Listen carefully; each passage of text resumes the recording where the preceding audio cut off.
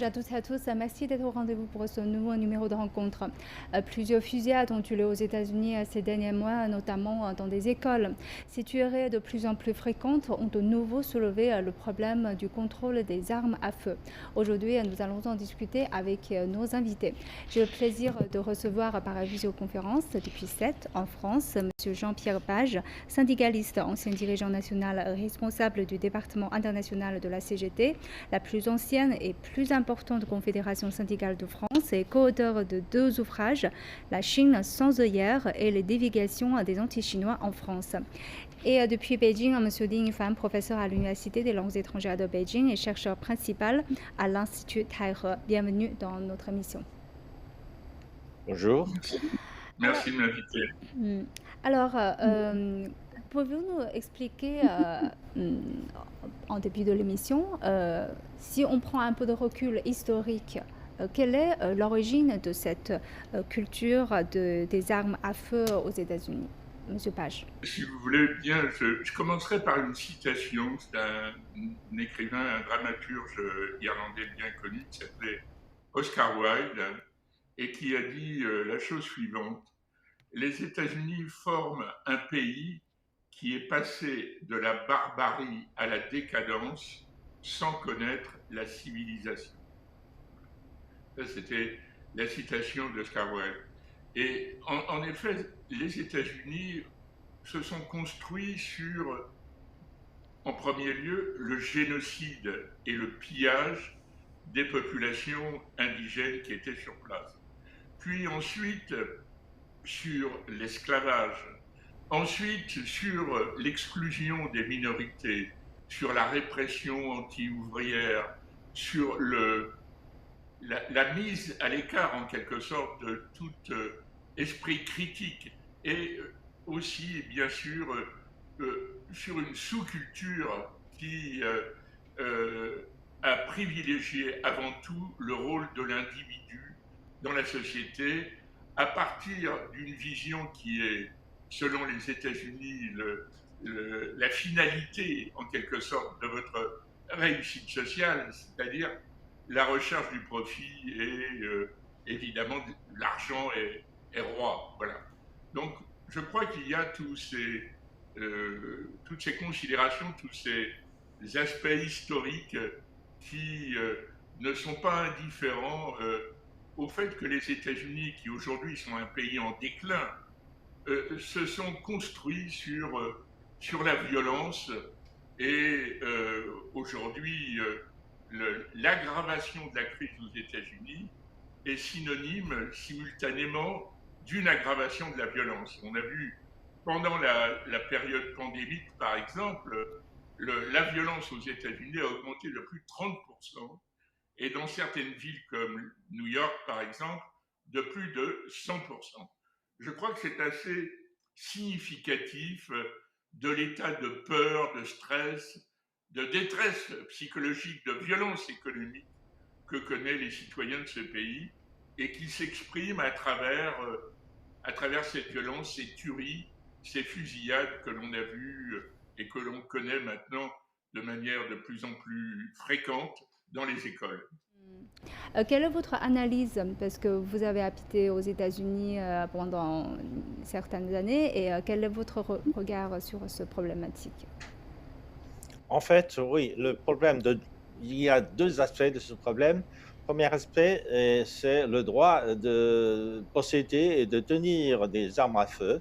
C'est une longue tradition aux États-Unis parce qu'il ne faut pas oublier que les États-Unis étaient un pays né il n'y a pas longtemps, contrairement à des pays européens ou à la Chine qui ont une longue tradition. Donc l'État était là lorsque les armes à feu ont été développées. Alors qu'aux États-Unis, les armes à feu se sont développées en même temps que la formation de l'État. Donc finalement, lorsque la population américaine ou les immigrants anglo-saxons voulaient se répandre vers l'ouest des États-Unis, vers la terre profonde des États-Unis, et il n'y avait pas l'État. Donc il n'y avait pas l'État et la population locale doit se protéger avec des armes à feu. Donc la possession des armes à feu est devenue une espèce de garantie pour la Mhm. survie de cette population en expansion.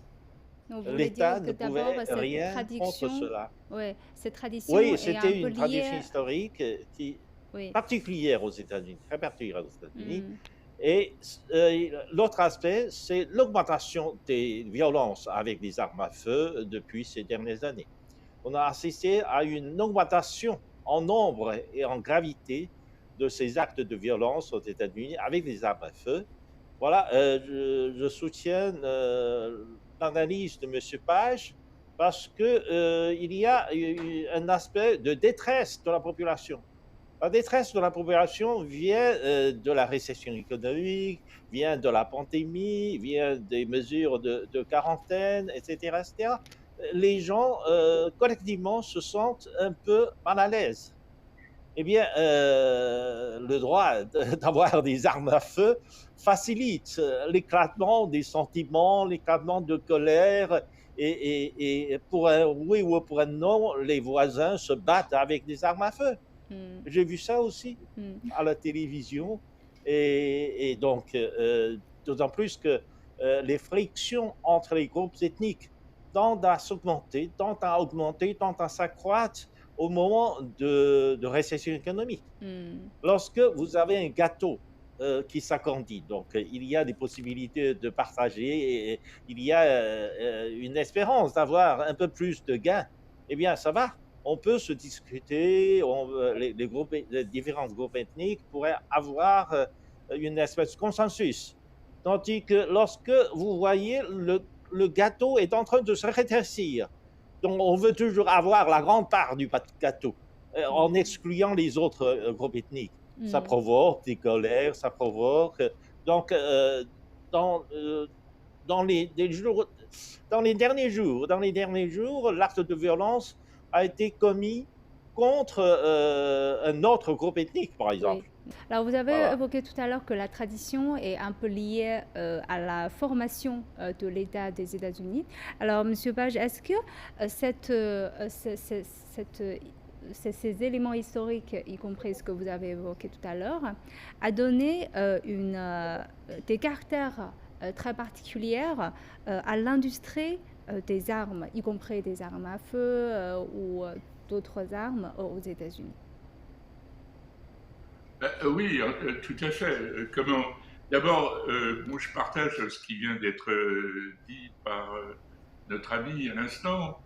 Euh, il y a ce contexte général aux États-Unis et qui est évidemment marqué historiquement, comme ça a été dit. C'est même inscrit dans la Constitution, c'est-à-dire dans le deuxième amendement de la Constitution américaine. Le droit de posséder des armes est inscrit, mais non seulement ça, le droit également de s'en servir. Voilà. Et donc, on dit d'ailleurs pour justifier que l'objectif est de maintenir ou d'entretenir l'esprit pionnier auquel il a été fait allusion il y a un instant, et que, en quelque sorte, ça légitimerait, ça légitimerait cette situation. Alors, le commerce des armes aux États-Unis, qui est soutenu et encouragé par une organisation qui est omniprésente dans la vie politique américaine, qui s'appelle la NRA, the National Hmm. Rifle Association, Oui. qui compte près de 6 millions de membres, qui a été pendant toute une époque dirigée par cet acteur américain qui avait un grand talent d'acteur, mais beaucoup moins sur le plan politique, qui s'appelait Charlton Heston. Et la NRA est omniprésente dans la vie politique. Si vous voulez vous faire élire aux États-Unis, que ce soit localement ou nationalement, il faut évidemment avoir une relation privilégiée, en quelque sorte, avec cet important lobby qui soutient le commerce, non seulement le commerce des armes, mais le fait que chaque Américain a le droit donc de se défendre et d'utiliser son arme. Alors, les chiffres sont, j'ai quelques chiffres, et ils sont absolument vertigineux, c'est-à-dire la production d'armes aux États-Unis a atteint un niveau absolument sans précédent. D'abord, en termes de marché, euh, près de 60% du marché mondial des armes, donc des armes de poing, mais enfin aux États-Unis c'est particulier puisque vous avez en quelque sorte 300 millions d'armes en circulation dans le pays, dont la moitié sont des armes de guerre. Mais ce marché qui représente quelque chose comme 246 milliards de dollars aboutit au fait que une famille américaine sur trois possède une arme. Okay. 300 000 travailleurs exercent leur activité professionnelle dans ce secteur qui, je le signale, est aussi un bon rapport financier pour l'État fédéral en termes de taxes. Okay. Et comment à peu près, on considère à peu près que 10 millions d'armes sont produits chaque année, d'armes donc de défense, si vous voulez, sont produits chaque année aux États-Unis. On a donc une idée absolument précise de l'étendue de ce que représente l'armement des Américains au niveau de leur famille. Et évidemment, ça contribue aussi beaucoup à l'émergence et au développement ces dernières années du phénomène des gangs. Vous avez les villes américaines où la violence est véritablement exponentielle depuis des années, mais qui s'est radicalisée en particulier avec le fait de l'existence donc de ces gangs comme dans certaines villes comme Chicago. C'est-à-dire il y a la violence domestique que l'on connaît, il y a ces fameuses fusillades au niveau des établissements scolaires, il y a aussi cette criminalisation qui est extrêmement étendue aux États-Unis et qui touche tous les secteurs de la vie américaine. Donc, c'est une situation qui est, de mon point de vue, en tous les cas, est très caractéristique et très révélatrice d'un pays en crise profonde, en crise morale, en crise sociale, en crise politique, et on le voit malheureusement et tragiquement à travers les fusillades qui se passent, se multiplient au niveau des écoles, mais pas seulement qu'au niveau des écoles. On va revenir un peu sur la société américaine un peu plus tard. Je vais tourner vers M. Ding-Fan pour votre avis sur ces caractères sur les industries des armes américaines. En fait, il faut voir que l'association des fusils, l'association nationale des fusils est une espèce de lobby. On sait très bien que la politique américaine est dirigée ou manipulée par des groupes d'intérêt sous forme de lobby, etc. Les industriels aux armes à feu sont des membres de lobby puissants dans la politique américaine.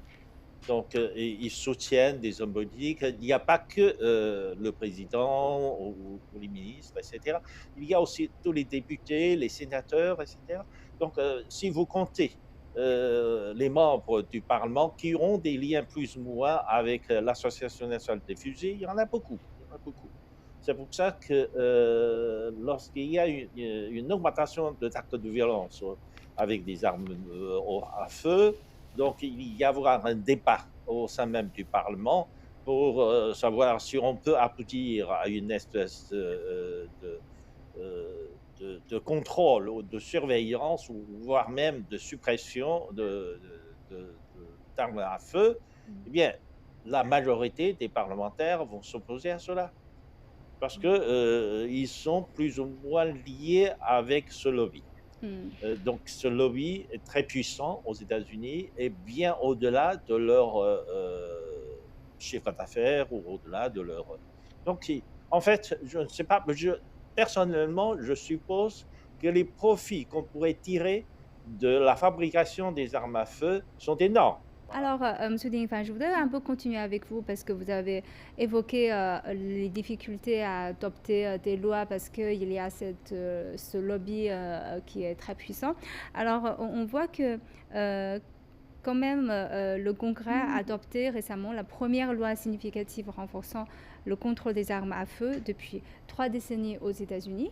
Donc, pensez-vous que Mhm. cela va aider à résoudre l'origine du problème? Mais on voit aussi un phénomène un peu en même temps. C'est-à-dire que très peu de temps avant, il y a une décision de la Cour suprême d'autoriser les Américains à sortir de leur domicile avec une arme de poing. Donc, comment Donc, c'est voyez-vous ça. Et ces il peut y genres avoir, de lois?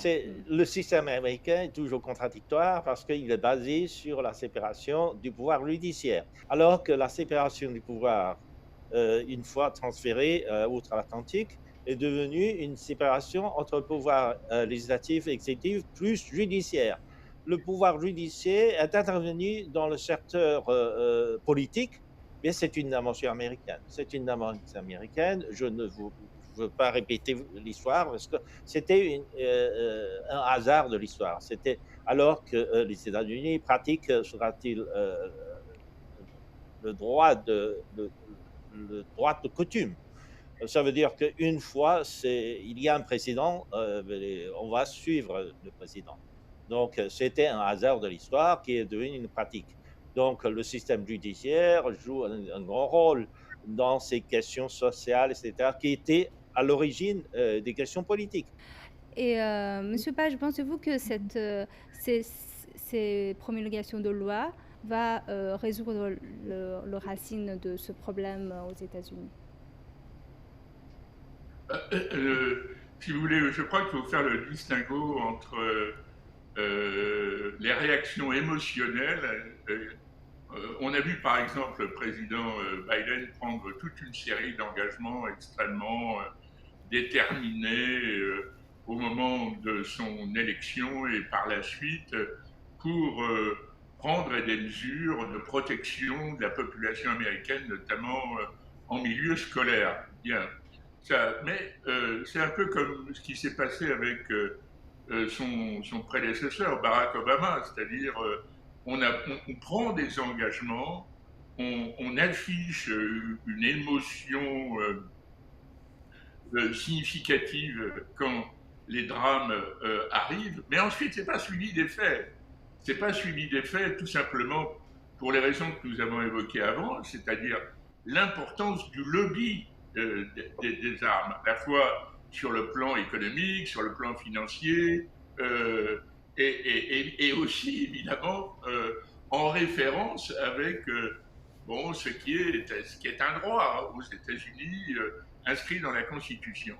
Donc, c'est extrêmement difficile de prendre des mesures efficaces parce qu'il y a cette pression. Par exemple, si vous prenez le précédent président des États-Unis, Donald Trump, qui est un chaud partisan du soutien à la NRA et donc au commerce des armes, j'ajoute une chose, c'est que on en est même arrivé à un point, si vous voulez, qui n'est pas sans donner une indication sur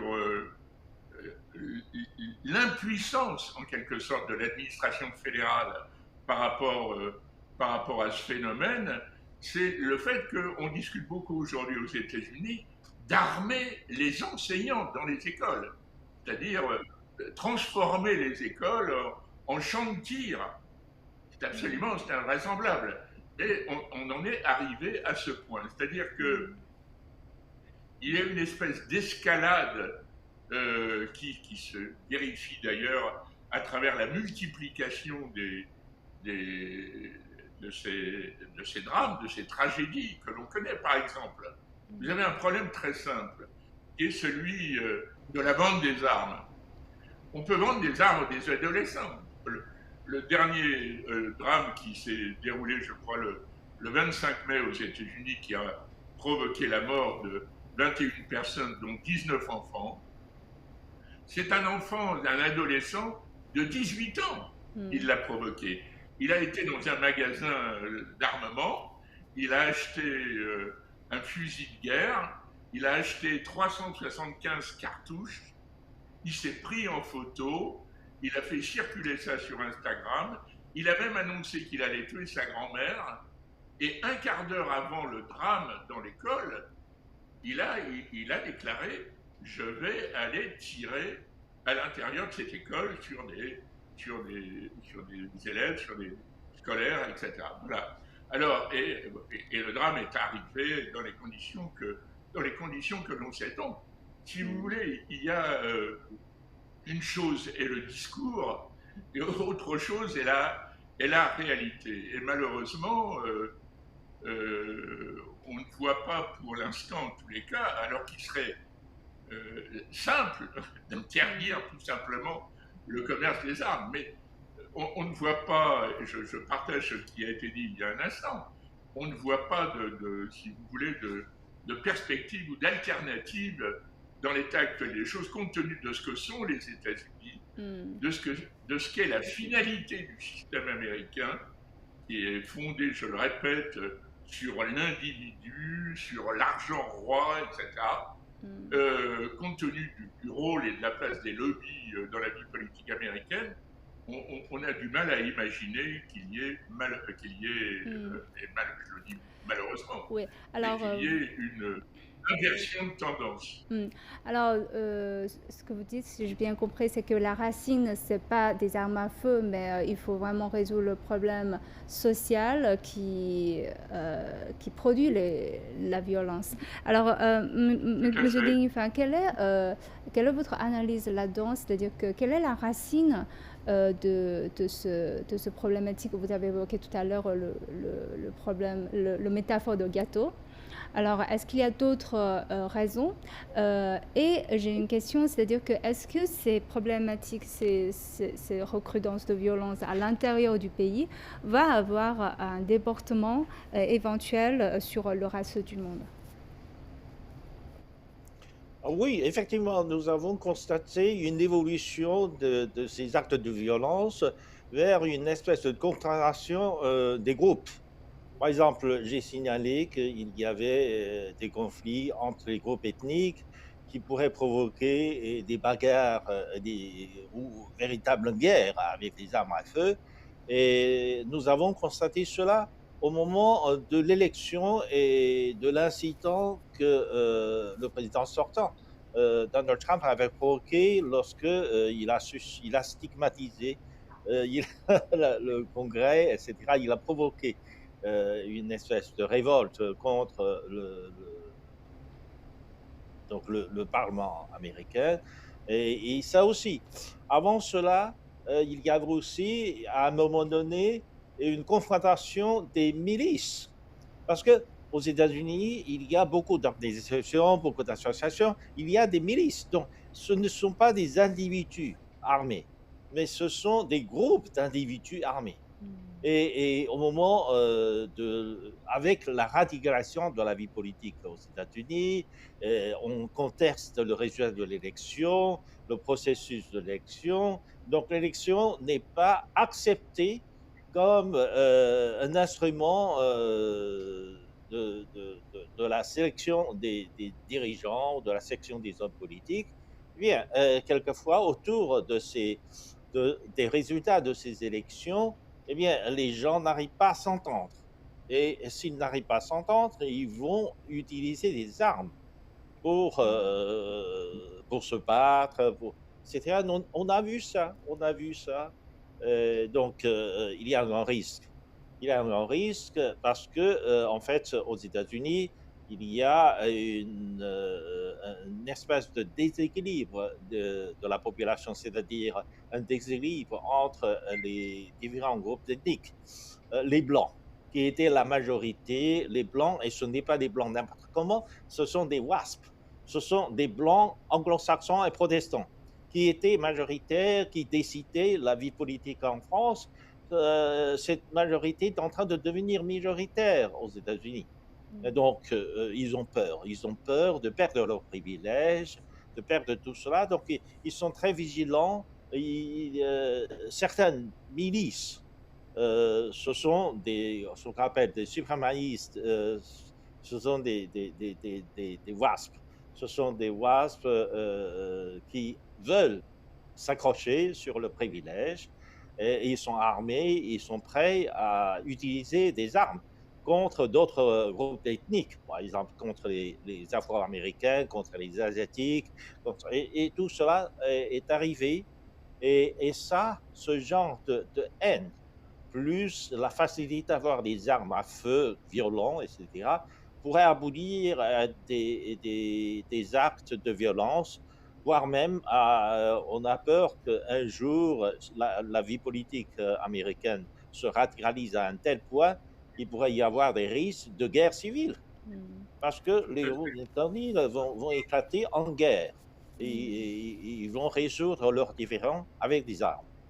Quel est votre avis, C'est Monsieur tout à Page? fait exact. Je voudrais poursuivre dans la même voie de ce qui vient d'être dit. Il y a d'ailleurs récemment un diplomate canadien très connu, une personnalité canadienne, qui a évoqué ça. Il a dit la société américaine est aujourd'hui tellement polarisée, tellement divisée, tellement éclatée, et de surcroît avec une situation sociale qui est catastrophique. Il faut quand même ne pas oublier que 41 millions d'Américains vivent en dessous du seuil de pauvreté, que 50 millions d'Américains n'ont pas de couverture sociale suffisante.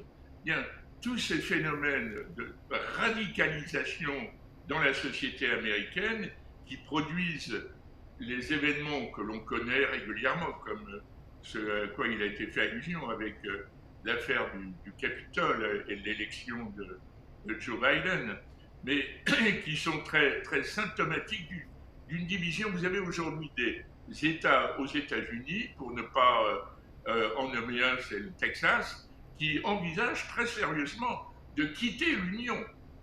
De quitter l'Union. C'est pas le seul. Et donc, on a vu comment, après l'assassinat raciste par la police de Minneapolis de George Floyd, comment, en quelque sorte, tous ces problèmes sont arrivés à maturation et ont explosé dans une espèce de radicalisation aux États-Unis qui a duré pendant plusieurs semaines.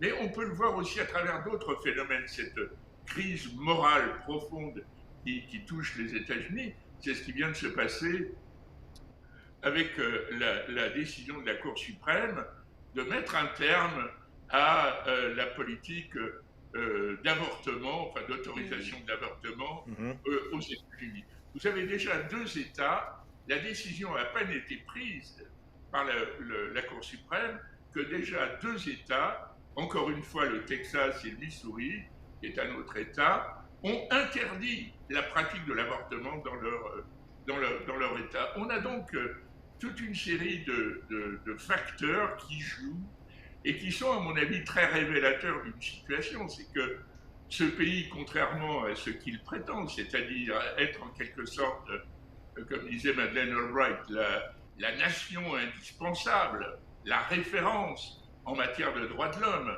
et qui cherche à imposer, y compris par la violence, sa conception de l'ordre des choses, ce pays est malade, je crois, est profondément malade, en crise profonde, et effectivement, comme on l'a dit il y a un instant, je crois que tout est possible, tout peut arriver aux États-Unis, y compris les choses les pires. Hmm.